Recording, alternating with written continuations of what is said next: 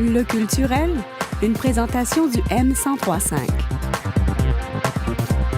Je suis de retour accompagnée de notre chroniqueuse littéraire Manon Leblanc. Bonsoir Manon. Bonsoir. Donc aujourd'hui, tu viens nous parler d'un roman. Aussi d'un collectif d'artistes. On va commencer par le roman. Tout à fait. Alors, je vous rappelle que c'est toujours des gens qui sont d'ici de la Naudière. C'est très important pour nous, pour la chronique littéraire. Alors, le premier, le roman, ça s'appelle Rose Brouillard, le film. Curieux. C'est par Jean-François Caron, donc qui est de la Naudière. Alors, Jean-François Caron, il a publié un premier livre en 2010, c'est important de le dire, aux éditions La Peuplade, qui s'appelait Nos échoueries.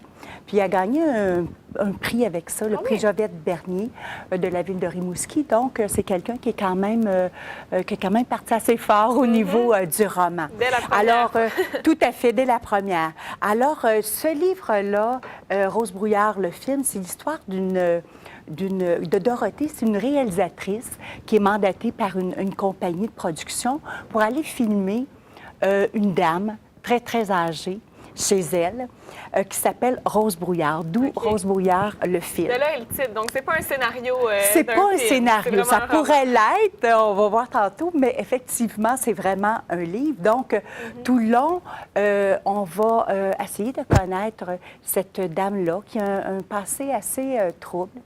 C'est un magnifique livre, un magnifique roman sur le vieillissement, bien sûr, qui était particulièrement touchant, qui est vraiment développé de façon touchante dans ce livre-là.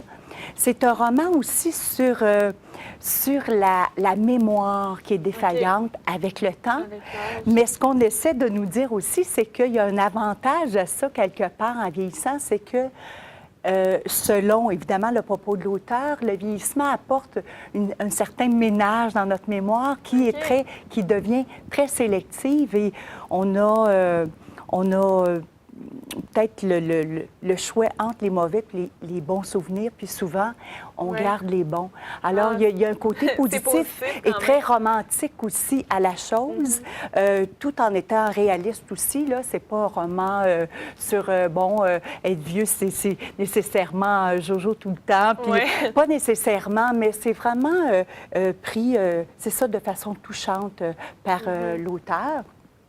Et la forme aussi est particulière parce qu'on a plusieurs voix qui s'expriment. Donc, on est parfois dans la tête de celle qui tourne. C'est ça que j'allais demander, justement. Est-ce qu'on voit la vieillesse à travers les yeux de la dame qui la vit ou celle qui... À travers celle qui tourne, à travers Rose Brouillard, à travers aussi différents personnages qui ne sont pas nécessairement des personnages principaux, mais qui ont une vue, justement, un angle différent. Alors, ça fait un livre vraiment englobant. Il y a même des objets qui prennent la parole. À un moment donné, une fenêtre qui s'exprime pour montrer l'angle. D'ailleurs, je pense que j'ai... C'est poétique un peu. C'est très poétique et c'est très... vous allez voir aussi, au début, on est un petit peu désarçonné par ça, parce qu'évidemment, les voix, quand ça change, il faut s'y réadapter. C'est assez clair. Mais c'est clair, quand on l'a vu quelquefois, on se dit, ah oui, c'est ça, maintenant, il va changer de voix.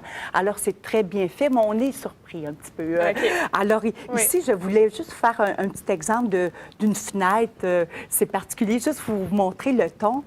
Alors, le propos commence comme ceci. Alors, on dit, ici, après un long silence, le mouvement est sur le point de reprendre. Comme je suis entrouverte, les deux femmes au-dedans frissonnent. Pas parce qu'il fait froid, c'est l'humidité que je laisse pénétrer. Alors, on voit, c'est une fenêtre, mais on voit différents angles comme ça qui sont à la fois touchants, mais toujours pour mieux comprendre toute l'histoire qui, on le découvrira aussi, est troublante. C'est une femme qui a un passé qui semble simple, mais que Dorothée va découvrir à la toute fin. Donc, c'est à découvrir? C'est à découvrir. C'est un excellent roman qui se lit très, très bien. Et c'est un auteur que moi, j'affectionne maintenant tout à fait particulièrement. Alors, il nous reste déjà pas beaucoup de temps pour passer à l'autre. Je pense que c'est assez intéressant aussi. Tout un collectif d'artistes sur Saint-Michel-des-Saints. Oui, ça s'appelle Saint-Michel-des-Saints en images, 1863 à 2013. Alors, c'est sorti tout récemment. Alors, c'est un livre collectif collectif de passionnés d'histoire. Il est fait par le photographe François Lesoin, Madeleine Saint-Georges, qui est auteur, et Gilles Rivet, qui est aussi auteur. C'est vraiment, on a voulu avec ce livre-là faire, oui, un livre d'histoire, comme il en existe, mais des images d'archives. c'est d'abord en images.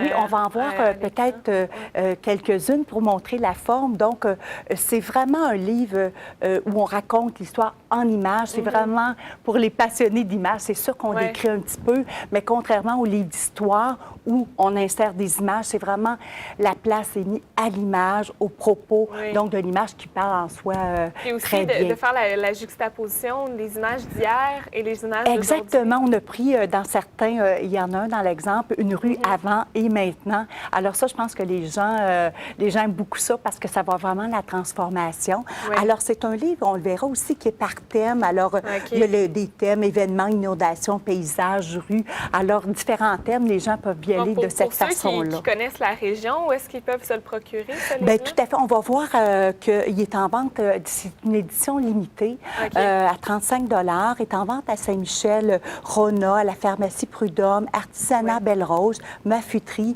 et Provigo, et à Joliette, à la librairie Martin. On vient de donner l'information en bas de l'écran. Donc, c'est déjà tout pour faire le tour de ces sujets. Oui. Merci beaucoup, Manon. Merci infiniment. Donc, on va se revoir pour une autre chronique littéraire. Tout à fait, merci.